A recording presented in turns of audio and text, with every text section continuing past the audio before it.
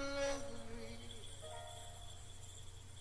If this is your presence, then let it rain. Time with Rita Eluwade is a program where only the controversial, forbidden and not to be spoken about in our marriages, families, churches, schools and communities are dissected and deliberated upon. Every second and fourth Tuesdays of the month at 7:15 p.m. to 7:45 p.m. UK time. On PRZ 109.2 FM London. Rita Eluwade is a Christian, wife and a mother of two. She is an author, motivational speaker, a mentor, sexual health advisor and a strong advocate for the rehabilitation of victims of human trafficking. She has a master's degree in refugee studies and community development. She believes that sharing true knowledge in the things we do, and showing the compassionate love of God is the way forward in our global world. So join her every second and fourth Tuesdays of the month at 7:15 p.m. to 7:45 p.m. UK time. On PRZ 109.2 FM London, where she re-educate and re-empower God's people.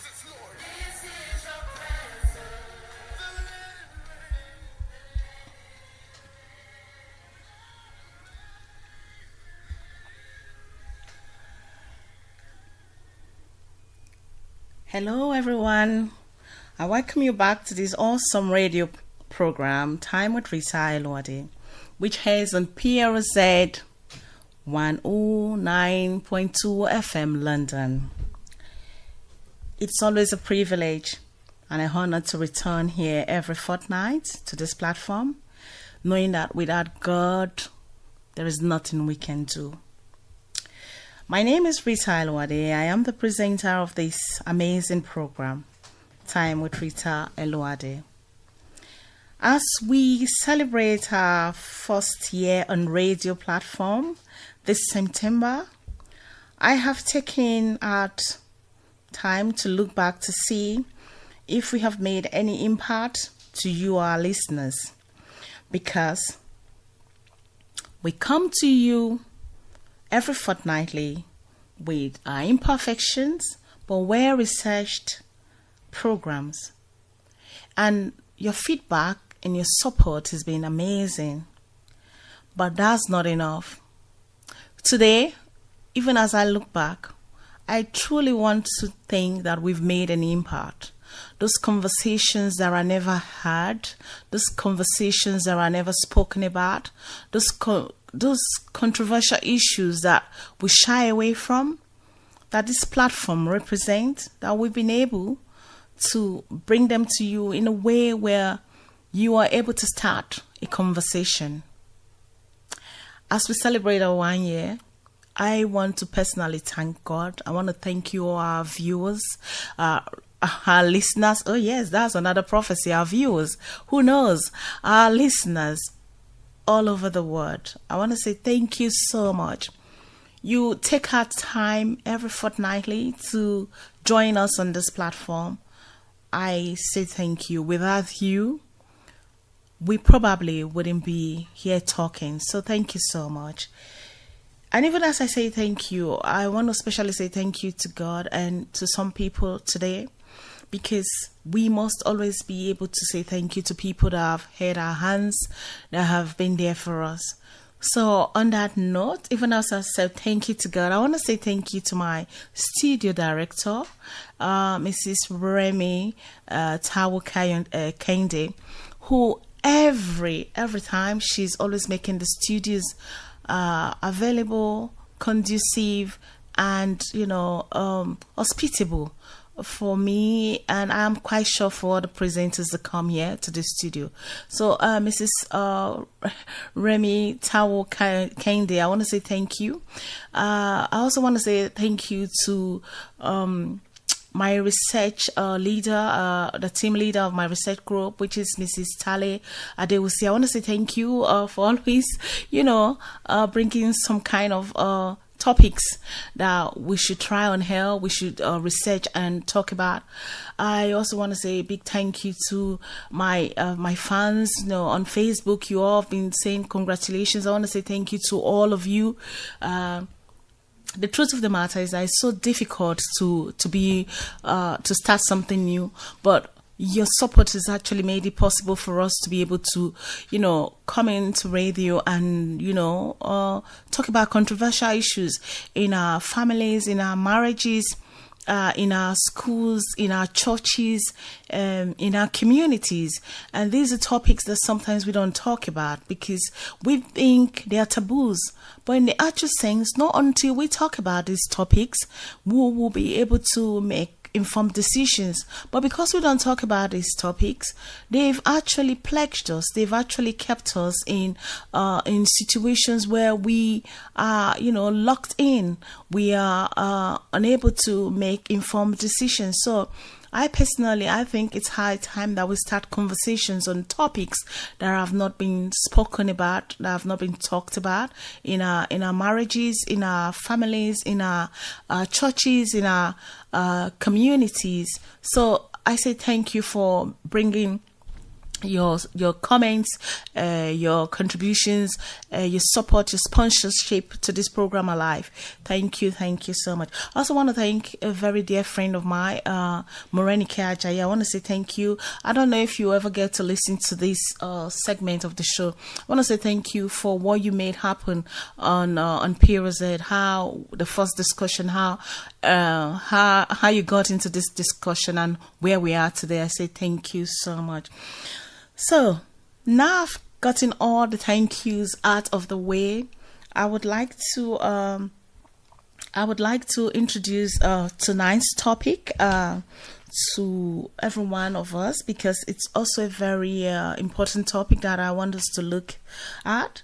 Because apart from coming on this radio show, we want to educate, we want to motivate, we want to inspire people, and most importantly, we want to be able to break the code of silence in our families, in our marriages, in our churches, in our communities, and wherever we find ourselves, in our schools. If you're a student, we want to be able to break the code of silence. We want to be able to challenge, things that are not right. That's why this platform is for everybody, and I'm personally very grateful to God that I have this platform, and you out there. You can be the next person seated here, educating us, telling us of what you're doing, how you're making a difference to the life of other people. So get ready. I might be calling you next to come. And if you would allow us, we would love to have you come share what you're doing and how you're making impact in the life of other people around you. So moving forward tonight, the topic tonight is a topic that I saw a few days ago, and it kind of intrigued me, and I was intrigued by the topic. And as somebody that loves research, I'm always looking for new materials. So the topic is something I know some of you would have seen or would have read, but I want to kind of bring it to this show so we can open it up and take it from there and start a conversation about this.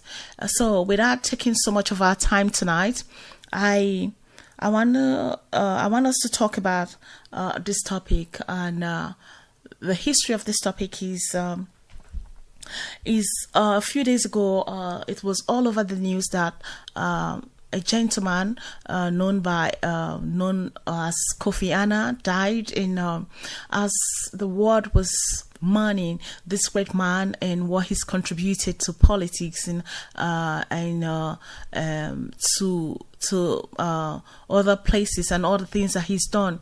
One of the things I saw when I was reading about him was one of his quotes. His quote was, he said, "Leadership is not about you," and that struck a chord.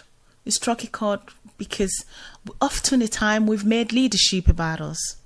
We've made leadership about us in whatever phase of life we find ourselves in, whatever capacity we find ourselves as leaders. We've made it about us. And when I read this quote, I thought it was something timely that I should, research and develop and share on this platform. So tonight, even as I look into this topic, I know I might not be able to finish it tonight, but I want to start it off by saying, that great people have showed us example of leadership.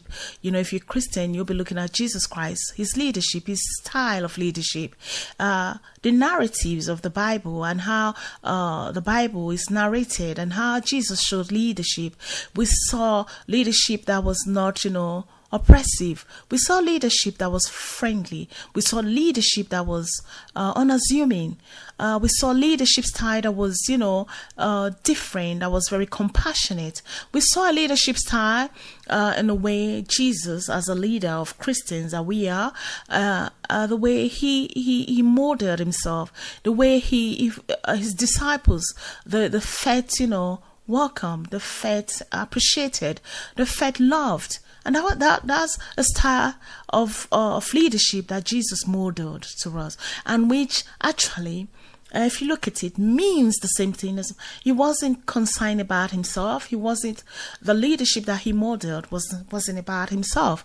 It wasn't about, what he could get, because he had it. And I'm quite sure even if he didn't have it, the Bible said that he became poor so that, we ourselves, we will be rich, we'll be made whole, we'll be healed, we'll be delivered, we'll be made, victorious. Jesus had to come in the form of man. God had to come in form of man. I'm not preaching tonight. I'm just trying to explain, just to kind of have a foundation of these quotes that Kofi Annan, that I saw in one of his, writings, that leadership is, not about us. It's not about the leader. It's about the people that you're called to serve. It's about the people that you're called to serve and to lead. So often a time, like I said, we miss that. So going and looking deeper into it, I wanted to see simple ways of leadership. I might be actually talking about other leaders. You look at Gandhi. His style was very simple. He was so simple that, his kind of leadership showed simplicity. You look at all the leaders, spiritual leaders, you see a style and model of leadership that is very simple, that is, that has no complication, that has no, people will say effigy, had nothing. And that's the same style again, Jesus' model. So now the question tonight is, how do we lead in our homes as husbands? How do you lead in your home as a husband, as a leader? Because the first thing when you come to some homes, you look for the leader. The leader will be the man, the husband of the home. How do you lead? Is your leadership about you and you being the end of? You're the first, you're the beginning and nothing else? Is that the kind of leadership? So again, in some homes, you have women, wives. How do you lead as a wife? I know this is subjective. I know women are not leaders of homes, but they're co-leaders in some homes. But mostly, as in homes, in marriages, how do you lead as a husband? How do you lead? Do you allow your co-leader to have a say, or is only what you say that is the end of? How do you lead? How do you lead as a husband? Do you allow your children to have a say? Do you open discussion? Do you have a discussion open so that everybody can have a say? So that you yourself would know you're teaching your children, your wife, you're giving them, showing them example of, of Christ, serving them. Or you just about yourself, that I've said it and that's all it is as a husband. Is that it? Okay, then I'm going to take it further. How do you lead? As a pastor, how do you lead? Is your leadership about oppressing and abusing your platform? Is your leadership about, being the end of? Or is it about the people you call to serve? How do you lead? How do you lead? Because Kofi Annan in his quote said leadership is not about you, the leader. It's about the people, the populace, the commoners, the people that have called you, that you've gathered, you've assembled to lead. So How do you lead? As a husband, as a pastor, how do you lead? Does anybody matter? Or is it all about you and your needs and your want or what you want? Does it even matter what they want or what they're saying? Do they have a voice? Under your leadership, do people have voices? Are their voices heard? How do you lead? As a husband in your home, is your wife empowered to have a voice? How do you lead? Because I'm beginning to see more about what he said. Leadership is not about us. It's about the people we call to serve. Even myself speaking, I'm learning one or two things. In a place of authority, any authority I'm giving, it's not about me. It's about the people I'm supposed to be serving. So how do you lead as a husband? How do you lead as a parent? How do you lead as a parent? How do you lead the children you've been given? Is it just the style that I've spoken and that is it? You have no say? How do you lead? Because true leadership, it's not about you. It's about the people you call to serve. It's coming to a compromise. It's having a discussion. It's having a conversation. That's the leadership. It's seeing how we can all fit in. What can we do to make it better? That's the leadership style. How do you lead? As a politician, how do you lead? Now we see that in politics, in some parts of the world, we get into politics to get our stomach fed and our purses and bank accounts fat. But in the real sense, leadership is not about that. It's about the people we call to serve, people you call to serve, the people that have elected you into the office, the people, the commoners, the populace, the voters that have, called you, that have given you the opportunity to represent them. Are you representing them? Are you representing them as a politician, as a community leader? Are you representing the people that have picked you, that have chosen you to go for them? How do we lead? When I saw this, I thought about it. I said, well, I'm not in politics, but how do I make good of this quote? Then I suddenly remembered that in every aspect of our life, there is leadership. Even as a parent myself, I lead. I lead my children. I lead my nieces, my nephews. I have a say in their life. I speak words into their life. I listen to them. And that's what we ought to be doing. Do we listen to our children? Do you listen to your children? Or it's just that I've spoken, that is it? Do we come to a compromise with them? Do we have a dialogue with them? As leaders, it's not about us. I tell you what, I heard a story once and it was kind of baffling, but I think there was a lesson learned in that story. The lady said, my son had to become a medical doctor by all means, and the boy didn't want to become a medical doctor. I think the boy wanted to just do something that wouldn't require him touching blood. He hated blood, but the parents never saw that as a default. They just said, well, you would become a medical doctor. So the young man went to school. He became a medical doctor, and when he got the certificate, he brought it home, dropped it on his desk, on his parents' desk, and said, here you go, that's your medical that's the certificate, and that is it. Now I'm going to do what I want to do. And luckily for them, the young man went to do electronics. That's what he's always wanted to do, and he's successful at that. So can you imagine if from the start they listened to him?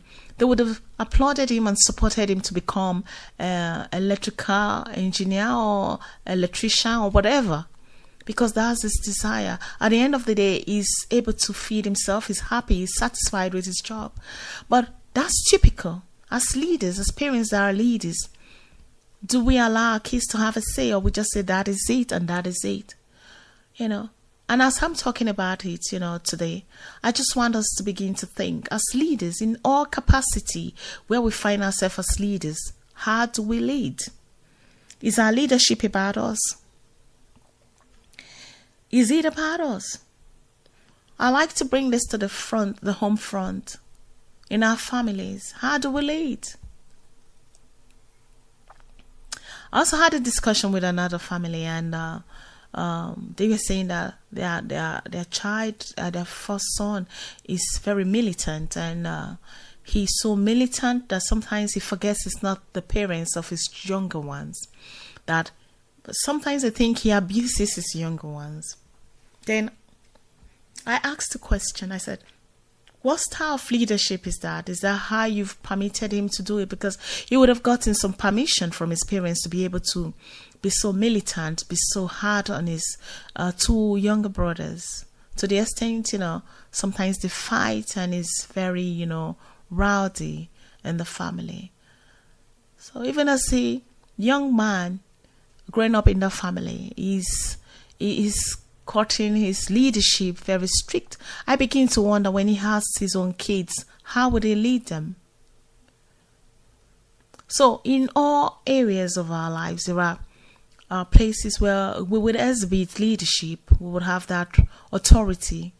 In our homes, in our marriages, Now I speak to men that are husbands of their homes. They are husbands in their home, leaders of their homes. How do you lead? Do you lead in love? Do you lead?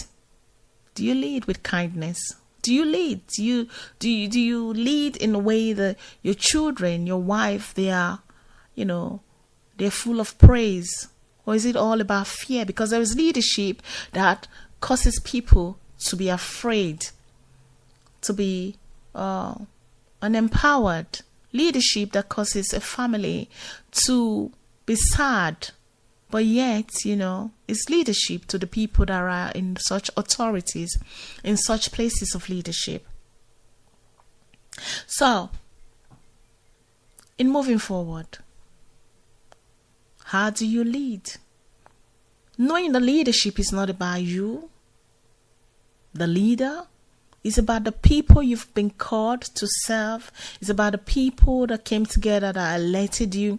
It's about people that voted you into power. It's about people that said yes to you, be my husband, So, if it's about your wife that said yes to you on the altar, then what kind of leadership are you exhibiting in your home? If it's about people that voted you into power and now you're in power, what kind of leadership are you exhibiting? Are you showcasing? What kind of leadership? I like to think that each conversation we have on this platform makes you to, think or have a discussion, have a conversation. So in whatever way you do it, I am going to be hoping that after listening to tonight's program, titled Leadership is Not About You, but About the People You've Been Called to Serve, that you have a rethink. I'm not saying eradicate your manhood or your personality, but I'm saying that in whatever way you think you can influence other people positively, you can make them become better than they are before they met you, do it. It's such a shame when, as a leader of your home, as a husband of your home, your wife gets depreciated and not appreciated. Yes, obviously, she's not going to look the 22 years you're married, but there is a way she will grow gracefully, age gracefully. There is a way joy will fill her heart because she is under your leadership as a husband. And if you're a pastor, you're listening to me, there is a way people in your congregation will feel so fulfilled, feel so blessed because of your leadership. It is absolutely important that people become better as a result of knowing you, having you as their leader. Tonight, I want to tell you, leadership is not about you, the leader. It is about the people we all have been called to serve. Once again, this is Rita Eluwade. I hope I've been able to trigger something in you, if not to change, but start a discussion. Until I come your way 2 weeks' time, keep having this conversation. Keep changing your Time word. with Rita Eluwade is a program where only Thank you, controversial, and have a lovely forbidden, day. and not to be spoken about in our marriages, families, churches, schools and communities are dissected and deliberated upon. Every second and fourth Tuesdays of the month at 7:15 p.m. to 7:45 p.m. UK time. On PRZ 109.2 FM London. Rita Eluwade is a Christian, wife and a mother of two. She is an author, motivational speaker, a mentor, sexual health advisor and a strong advocate for the rehabilitation of victims of human trafficking. She has a master's degree in refugee studies and community development. She believes that sharing true knowledge in the things we do, and showing the compassionate love of God is the way forward in our global world. So join her every second and fourth Tuesdays of the month at 7:15 p.m. to 7:45 p.m. UK time. On PRZ 109.2 FM London, where she re-educate and re-empower God's people.